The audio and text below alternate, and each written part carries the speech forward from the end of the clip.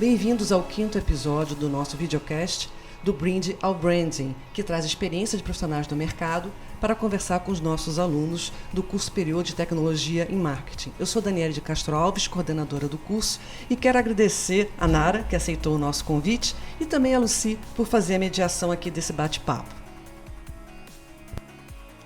Boa noite, a gente está aqui para mais um episódio e hoje recebemos Nara Franco, que vem falar para a gente, desvendar para a gente os mistérios do marketing político, marketing eleitoral. A gente está no momento bem adequado para falar disso, né? Só para vocês conhecerem um pouquinho da Nara, ela é jornalista, com pós-graduação em marketing digital e especialização em mobilização digital pela PUC do Rio de Janeiro. Desde 2000, atua na área de comunicação pública e em 2005 iniciou a trajetória no marketing político e eleitoral. Participou de mais de 10 campanhas eleitorais, exercendo diversas funções, dentre elas assessoria de imprensa, estrategista digital e coordenadora de comunicação. Eu começo te perguntando, marketing eleitoral e marketing político, qual é a diferença? O marketing, primeiro, obrigada pelo convite. O marketing eleitoral, ele é muito específico para a eleição, né? Porque a eleição, ela é um período, ela tem começo, meio e fim. Quando a gente fala de marketing político, é claro que as coisas se misturam. Mas o marketing político seria você trabalhar o mandato, né? É tudo que envolve a política. Porque a política, a gente tem a eleição de 2 em 2 anos, mas a eleição, ela acontece, acabou, voltamos à política. Então, e ela tem características diferentes daquela comunicação de governo, da comunicação política. Então, existe é uma diferença sutil, mas assim, o marketing eleitoral, ele é voltado para você entrar numa eleição e preferencialmente ganhar uma eleição. Quando a pessoa resolve ser política, ela já desenvolve o marketing político de toda a carreira, e a gente tem o branding pessoal dele, e aí você constrói, ele é o seu produto, e aí você constrói. Conta um pouquinho pra gente dessa construção. O político, ele é um produto, né? Os mais puristas podem dizer, não, ele é um produto. Ele é como uma celebridade. Então, a gente sabe o estilo dele. Tem os mais extrovertidos, tem os introvertidos, tem os carismáticos, tem os que não têm carisma, mas tem muito conteúdo. Então, por exemplo, o Fernando Henrique Cardoso, ele não era uma pessoa carismática. Ele não é uma pessoa carismática. Mas inteligente, conteúdo. Então, a imagem dele foi sendo trabalhada para você dar a ele um certo carisma, mas não perdendo a essência dele. Então, o que a gente trabalha, né? O branding. O político, ele é o que ele veste, o que ele fala, a maneira como ele fala, como ele se comporta. O que você tem que adequar é se o público dele está aceitando aquilo. Política é muito pesquisa. Política e pesquisa caminham juntas. Pesquisa quantitativa e qualitativa. A gente não faz nada sem pesquisa, nada. Então, muitas vezes você vê um político, por exemplo, tirar o óculos. Ele não está tirando aquilo por vaidade, óbvio, mas ele vai tirando porque está pesando, o público está ficando mais velho. Então, assim, a gente procura trabalhar para que tudo que ele faça, do gestual até a maneira como ele se veste, como ele e ela, né, transmitam uma mensagem, né? Mensagem inovador, ele é conservador, mais progressista, mais liberal. Então, assim, tudo comunica. A roupa, o gesto, o jeito que fala, como se comporta. Os 4 P's funcionam muito bem nessa coisa, né? Tem que pensar. Funciona. Agora, eu não sei vocês, mas ela está falando aqui, né? Vou pedir licença, está me lembrando, assim, como se eu estivesse falando dos influenciadores, né? Até que ponto esse conceito e essa prática e a métrica e as estratégias que são utilizadas para os influenciadores fazem sentido ou se não fazem para você construir uma imagem, trabalhar o branding de um político, porque ele precisa ter respaldo e ele precisa ter esse reconhecimento.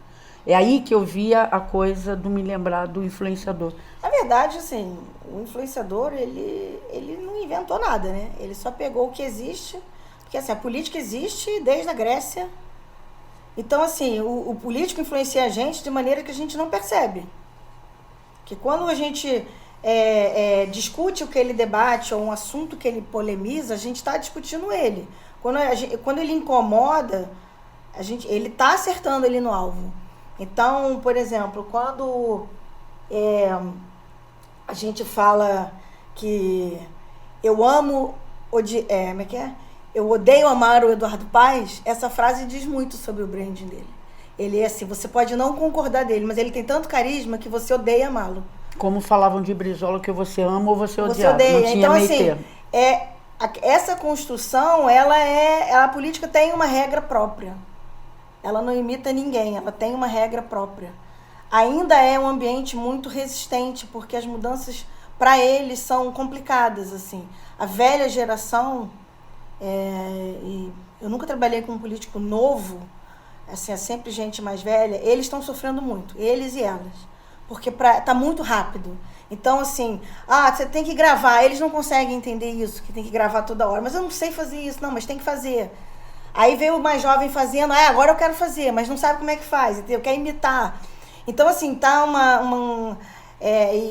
eu quero ser um influenciador, mas ele não entende que ele tem uma rejeição por ser político. Então, a gente está num momento, assim, de muita transição e de muito... eu acho que é um momento, assim, de muita experimentação. Porque de 2018 para cá, houve uma revolução no marketing político. Com a história do WhatsApp, né, com todo o novo método de fazer político trazido pela direita, por uma extrema direita, que foi a questão do WhatsApp. Né? Que muita gente, assim, eu lembro que nessa eleição, na hora que saiu o resultado, eu estava até no comitê de um candidato que eu fiz, e ficou todo mundo se olhando assim, tipo, o que aconteceu? O que passou por aqui, entendeu? Ninguém esperava. Porque até aquele momento, do jeito que eu faço dava certo. E não deu.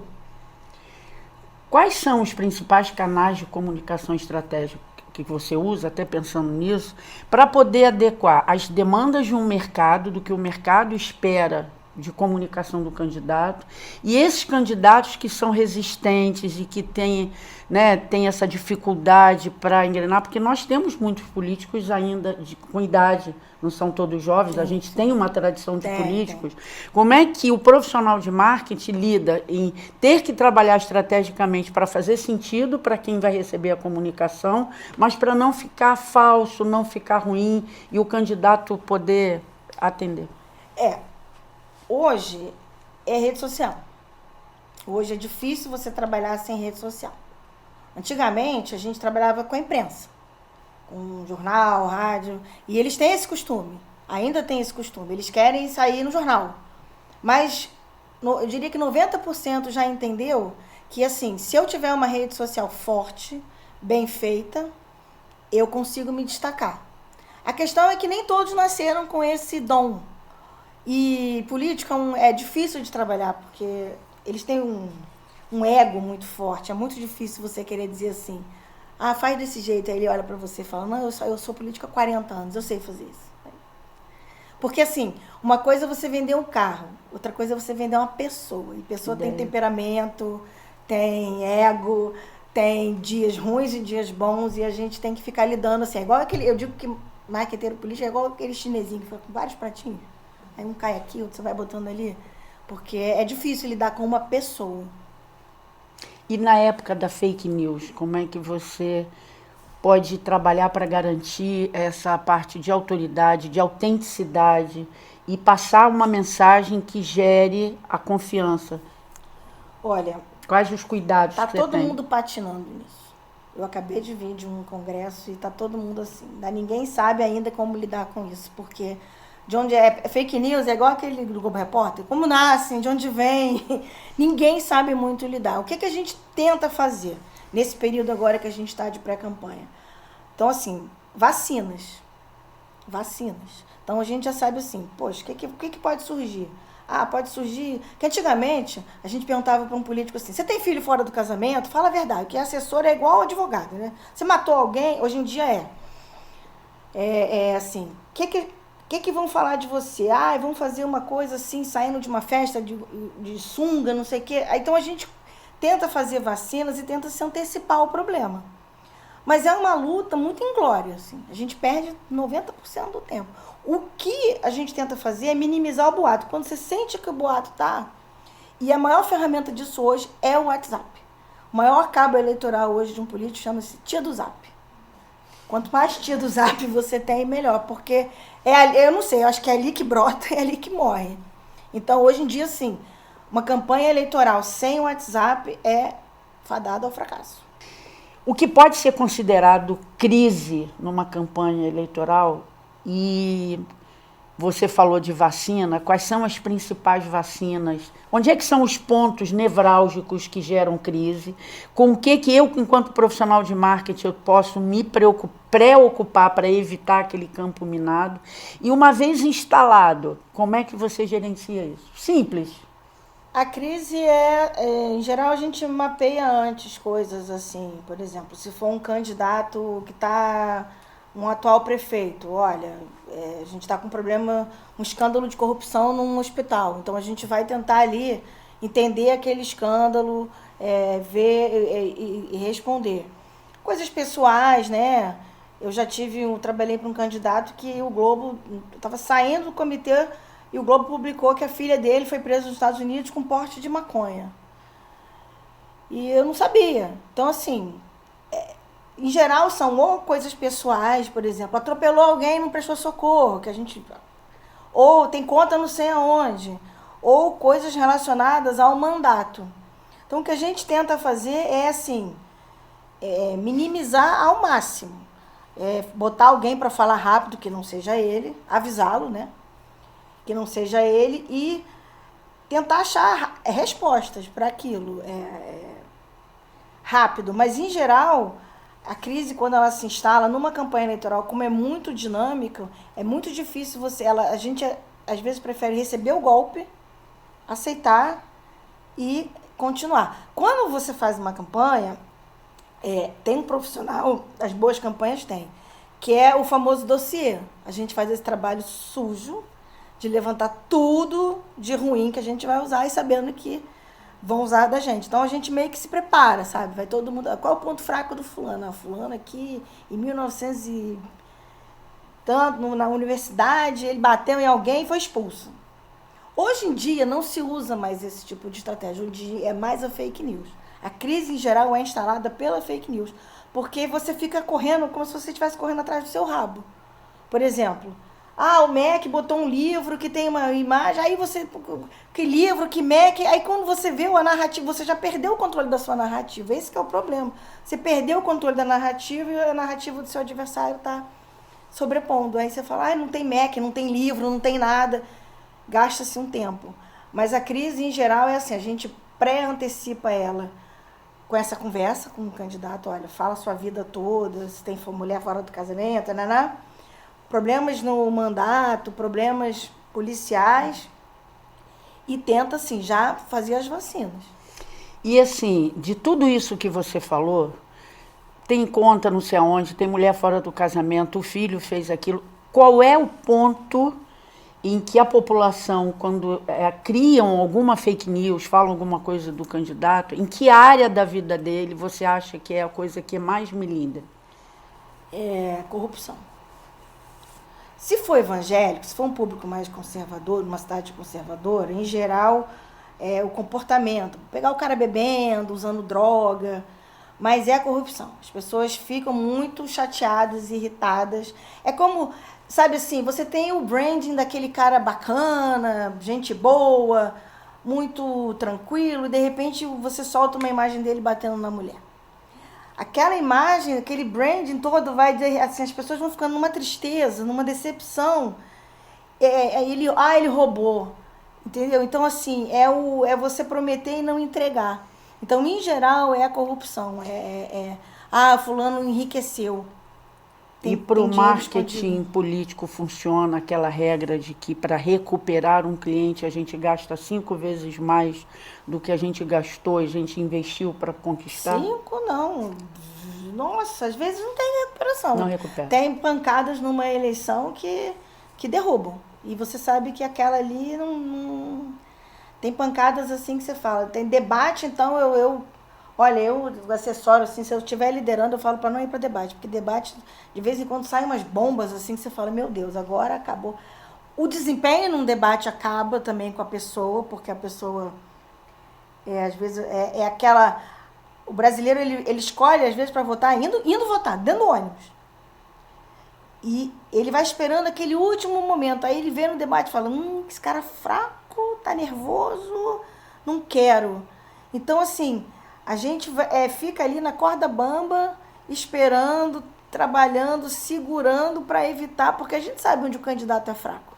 Já aconteceu o debate em que a gente saiu do debate tendo um candidato em que a gente achava que estava certo, na manhã da eleição ganhou outro que a gente ficou sem entender nada. Né? Antigamente a gente fazia para debate e ficava esperando sair o jornal para dizer assim, eu estava no Globo assim, tá, Lula ganhou o debate. Hoje em dia é muito difícil fazer isso, porque eles vão dando cortes para as redes sociais e você não sabe, né? Então, hoje em dia as pessoas ficam no Twitter fazendo meme, e ninguém presta atenção no que está sendo. Aí, quando tem um Padre Kelson, aí que o negócio desanda de vez, porque aí o debate, ele não é debate, ele é só um circo, ele vira só uma... Eu acho que o debate é um modelo que precisa ser revisto. Eu prefiro entrevista, prefiro sabatina, prefiro quando o candidato consegue... porque, na verdade, é o seguinte, voto é coração, ninguém vota com a cabeça, ninguém. Isso não sou eu que estou falando, são pesquisas, a gente vota com o coração. Alguém aqui já leu o programa de governo de alguém? Ninguém lê. Você pode publicar qualquer coisa ali. Você tem que entregar o TRE. Tem candidato que entrega uma folha só para dizer que entregou. Vota é emoção, a gente vota... na paixão. E aí eu acho que você falou assim, a presença do profissional de marketing faz toda a diferença, né? Toda. Claro. Uma campanha, ela reúne... Uma campanha majoritária, assim, para presidente ou para governador, você tem publicitário... que é diferente do marqueteiro, né? É diferente. A figura do marqueteiro, como tinha no passado, Duda Mendonça, aquele cara que ficava ali, essa figura tá meio que morrendo. Hoje em dia, eu falo que é igual a escola de samba. Tem... uma campanha igual uma escola de samba. Tem o carnavalesco, que é o cara que dá toda a diretriz, e embaixo tem comunicação, jurídico, toda a parte de TV, né, para campanhas que tem programas de TV, parte de agenda. Então, numa campanha você tem assim, jornalista, publicitário, diretor de arte, marketing, antropólogo, sociólogo, videomaker, editor.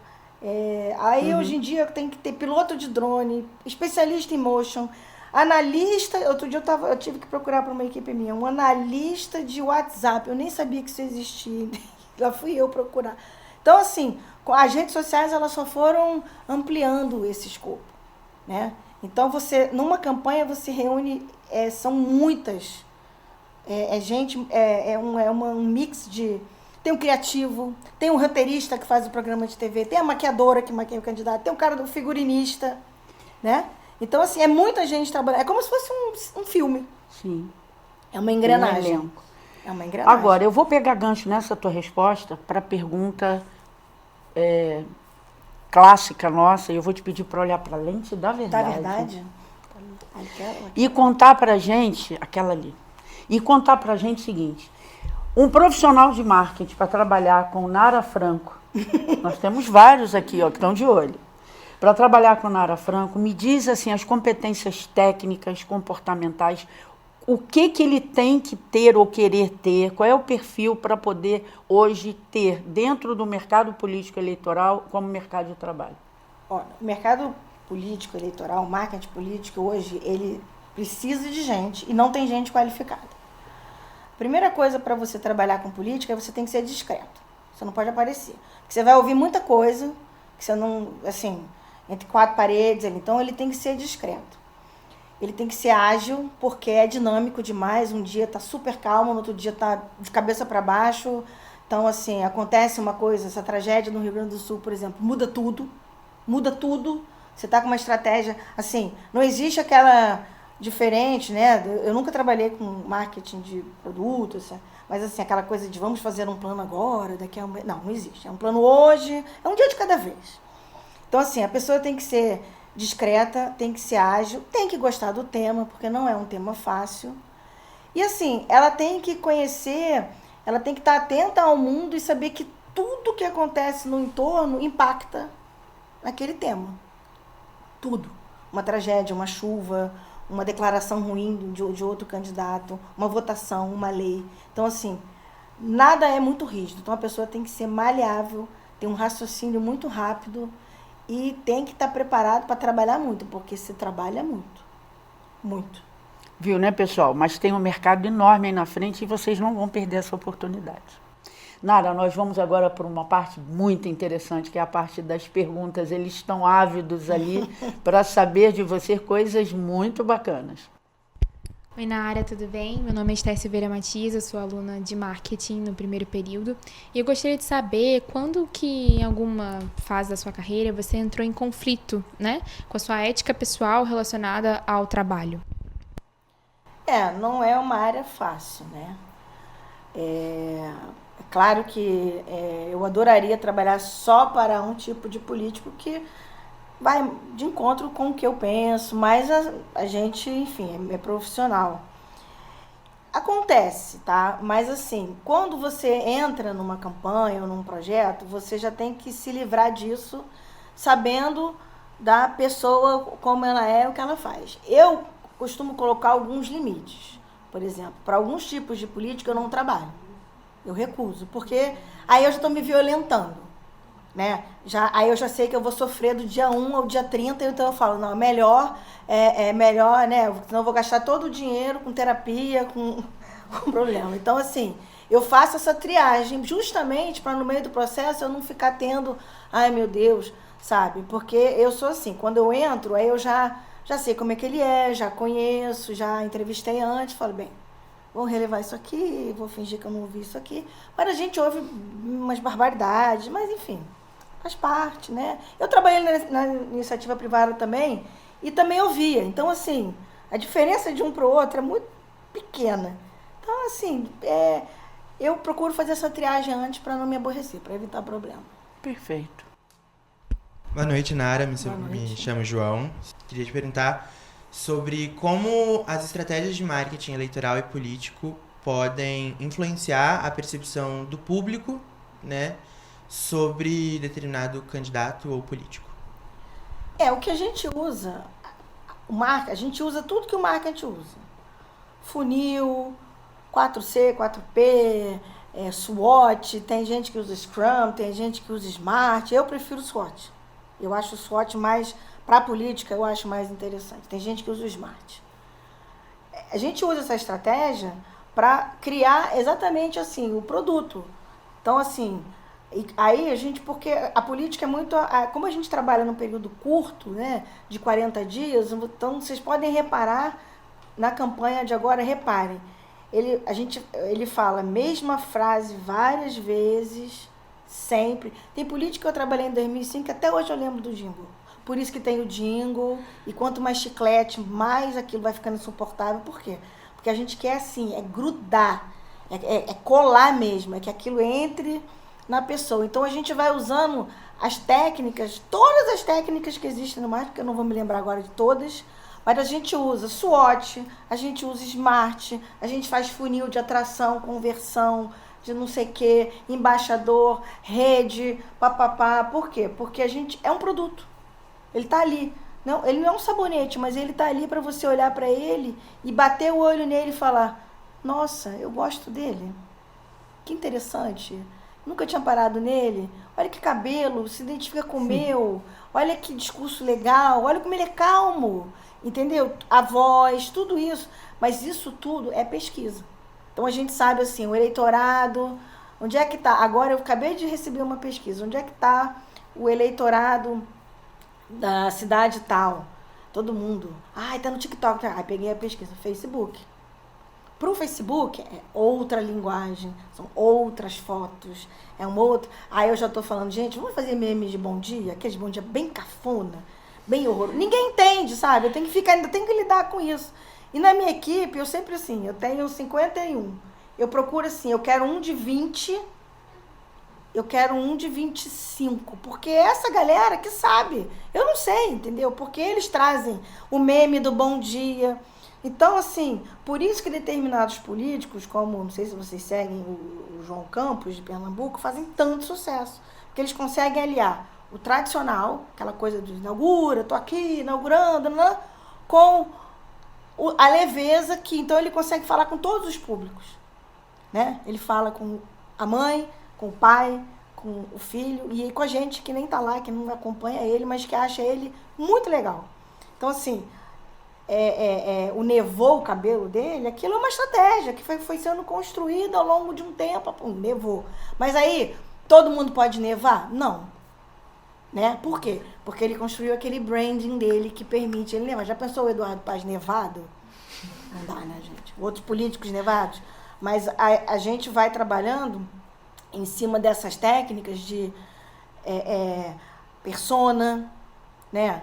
De a ver voz da marca, posicionamento. Qual é a marca dele? Qual é o posicionamento? Ah, esquerda, direita? Não, são posicionamentos ideológicos. Mas qual é o posicionamento dele em relação a um determinado tema? Para que esse posicionamento... Hoje em dia, por exemplo, o público rejeita político que fica em cima do muro. É isso que eu ia dizer. Às Rejeita. vezes não é tanto o sim ou não, é ele se posicionar. Posicionamento. Não pode não ter a posição. Por exemplo, um caso como esse do Sul. Você tem que se posicionar. Você pode falar o que você quiser, você pode fazer fake news, mas tem que se posicionar. Hoje em dia o público não aceita mais, isso veio com a rede social, não aceita mais político que fica ali, não sei... Tem que se posicionar. Ah, mas não tem nada a ver comigo. Mas tem que se posicionar. Porque a sociedade hoje pede. Então vai lá no Twitter, no Instagram, fala alguma coisa. Diz, olha, exemplo mais marcante de ontem, o cavalo em cima do telhado. Tem que falar daquele cavalo, gente.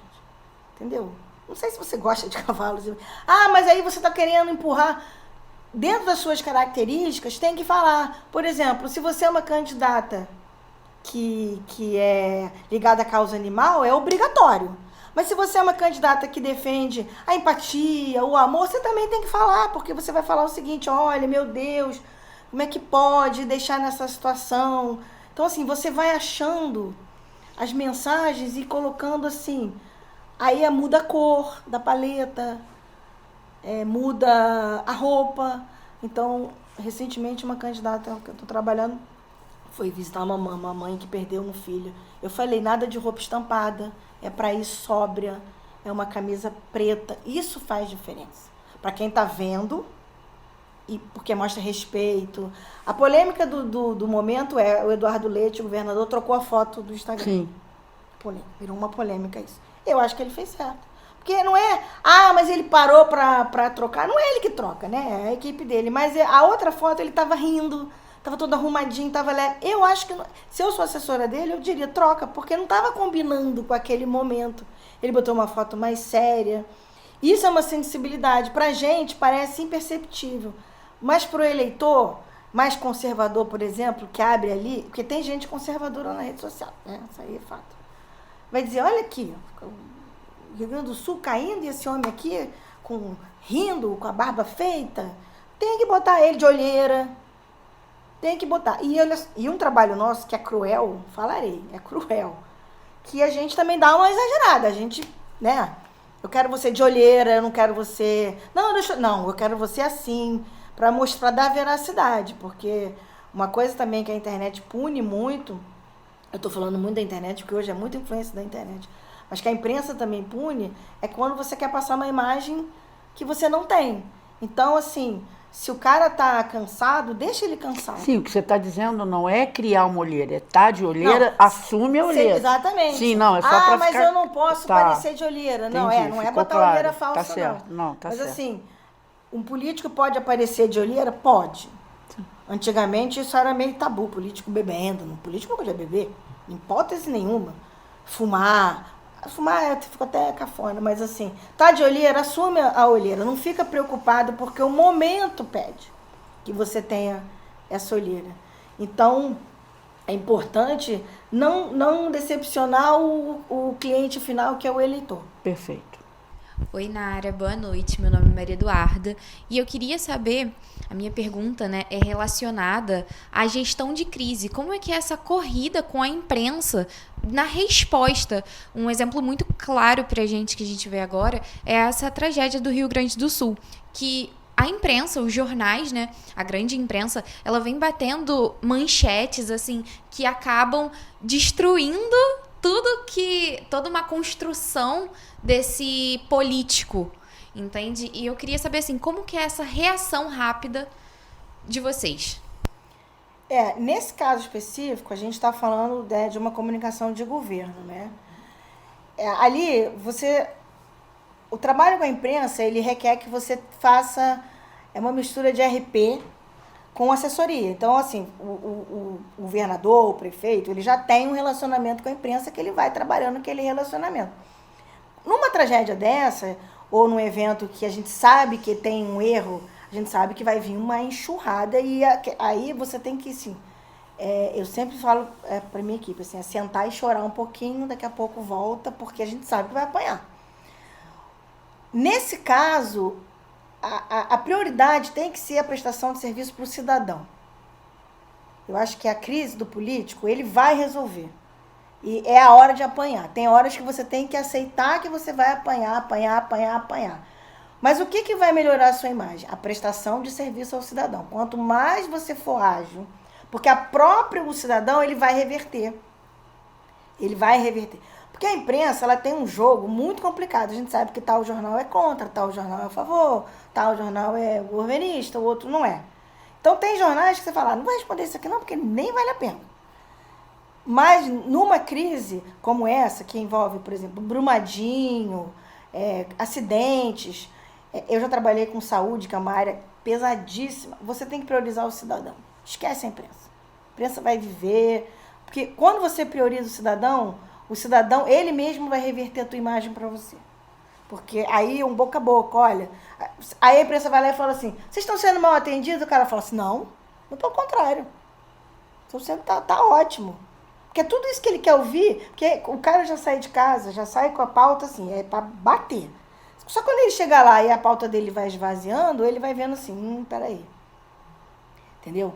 Eu acho que a última coisa que o político, que o governador, o prefeito tem que pensar numa hora dessa é na imagem pessoal dele. Aí é aquela coisa, ele vai carregar toda a credibilidade dele, vamos ver se aquilo vai sustentar a credibilidade. Se ele for um político com uma credibilidade forte, ele vai superar. E ele sai maior. Se ele for fraco, ele vai sair menor, o que é péssimo. Uma regra básica de eleição entre numa eleição e saia maior. Se sair menor, a carreira acaba. Você pode perder, mas saia maior. Vou dar um exemplo. O Boulos, aquela campanha para presidente, ele saiu o Boulos. Ele entrou ninguém e saiu o Boulos. Então é isso, saia maior. Ganhar ele não é ganhar, mas você tem que ter saia maior, saia grande, faça o seu nome, entendeu? E o político, numa crise, é o contrário. Ele vai levar o nome dele, se ele tiver muita credibilidade, ele vai superar. Ele vai. Agora, o relacionamento com a imprensa nesse período é tiro e bomba. É difícil. Atender a imprensa não pode ser o foco. Eu acho que tem que atender para garantir que o serviço chegue no cidadão. Não, atender o que eu digo, não agradar, né? Na verdade, não é agradar, porque ali, numa situação dessa, eu nunca passei por uma situação dessa, o máximo que eu cheguei, que foi horrível, foi o tiroteio aqui do Tasso Fragoso. Foi uma situação péssima. Mas como envolvia a morte de criança, estava todo mundo muito mexido, ninguém tinha coragem de bater em ninguém, porque também é um evento que como é que você vai imaginar? Então, assim, o jornal, ele já vai com o pé, mas assim, se o cara aumenta o tom, a tendência é que você fale, olha, cara, meu negócio aqui agora é fazer a tenda, lista de mortos, porque assim, são tantas coisas ruins que você tem que lidar, que tem que contar a morte, ver gente lá, porque pra gente aqui é uma coisa assim, a gente fica doído, mas lá é muito pior, porque tem cheiro, você vê gente morta, então assim, é traumático, não é complicado. Então, é ruim pro jornalista, é ruim pro assessor, então fica todo mundo muito sensível. Só que o cara que tá aqui na redação, lá em São Paulo, aí ele vai fazer política, né? Ele tem que ter notícia. E acaba que foi um tiro no pé pro jornal, porque é um momento de muita sensibilidade, não dá para brincar nessas horas. Perfeito. Nara, né? Em nome do Nila Salle Rio, né, do curso superior de Tecnologia e Marketing, quero agradecer, né, por você ter disponibilizado o seu tempo para compartilhar aqui os conhecimentos com os nossos alunos. Eu também quero agradecer, quero registrar que foi um tema assim, bastante interessante, né, gerou bastante interesse nos nossos alunos. Vamos ter esse tema ainda mais vezes. Te agradecer, te convidar para vir outras vezes aqui. Venho sempre.